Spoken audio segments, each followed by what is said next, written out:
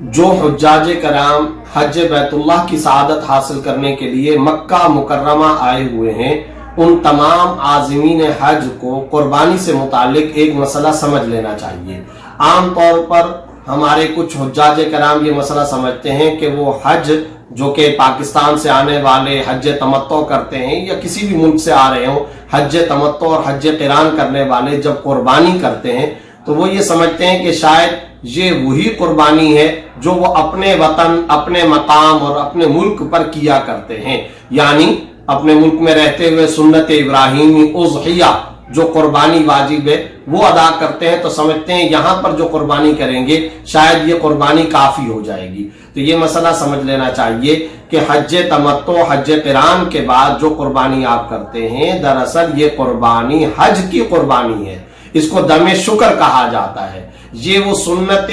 ابراہیمی اضحیہ وہ جو ہم اپنے ملک اور اپنے مقام اور وطن میں کرتے ہیں یہ وہ والی قربانی نہیں ہے۔ لہٰذا مسئلہ سمجھ لے، اگر کوئی آدمی حج بیت اللہ کے لیے مکہ مکرمہ آیا اور وہ شرعی اعتبار سے مقیم ہو چکا ہے، یعنی مینا، عرفات، مزدلفہ، مکہ، مجموعی طور پر ان تمام جگہوں کے اندر ملا کر اس کا قیام 15 دن یا 15 دن سے زیادہ ہے تو شرعی اعتبار سے وہ مقیم ہے۔ اب جب وہ مقیم ہے تو اب یہ دیکھا جائے گا کہ اس کے پاس حج کے ضروری اخراجات اور حج کی خرچے کی ضروری رقم کے علاوہ 52.5 تولہ چاندی کے بقدر نقد رقم موجود ہے، تو ایسی صورت میں مقیم ہونے کی وجہ سے اور مال پر دسترس حاصل ہونے کی وجہ سے اس پر دوسری قربانی بھی واجب ہے۔ ہاں یہ بات درست ہے کہ یہ دوسری قربانی وہ اپنے وطن کے اندر، اپنے مقام اور اپنے ملک میں بھی کر سکتا ہے، لیکن یہ سمجھ لینا کہ مقیم ہونے کے باوجود اور مالی استطاعت اور حیثیت ہونے کے باوجود وہ صرف اور صرف حج والی قربانی پر اکتفا کر لے، یہ درست نہیں ہے۔ اسی طرح اگر کوئی شخص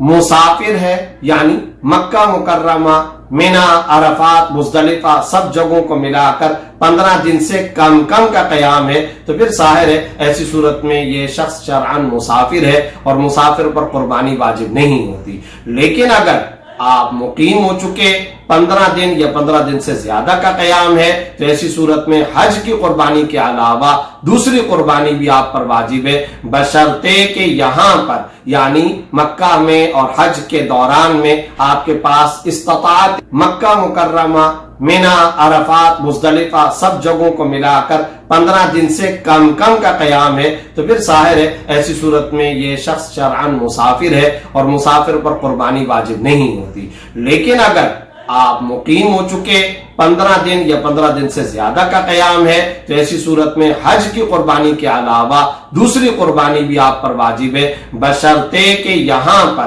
یعنی مکہ میں اور حج کے دوران میں آپ کے پاس استطاعت مالیہ ہو، یعنی 52.5 تولہ چاندی یا اس کے بقدر نقد رقم آپ کے پاس موجود ہو، تو ایسی صورت میں آپ پر دوسری قربانی بھی شرعاً واجب ہے۔ ہاں اگر کوئی شخص ایسا ہے جو اپنے وطن میں تو مالدار ہے، یہاں پر رہتے ہوئے اس کے پاس حج کی ضروری خرچے کی رقم کے علاوہ 52.5 تولہ چاندی کے بقدر نقد رقم موجود نہیں ہے، تو ایسی صورت میں شرعاً اس پر اپنے وطن میں یا یہاں پر رہتے ہوئے قربانی واجب تو نہیں ہے، لیکن احتیاط کا تقاضا یہ ہے کہ وہ دوسری قربانی یعنی سنت ابراہیمی بھی ادا کر لے۔ درس قرآن.com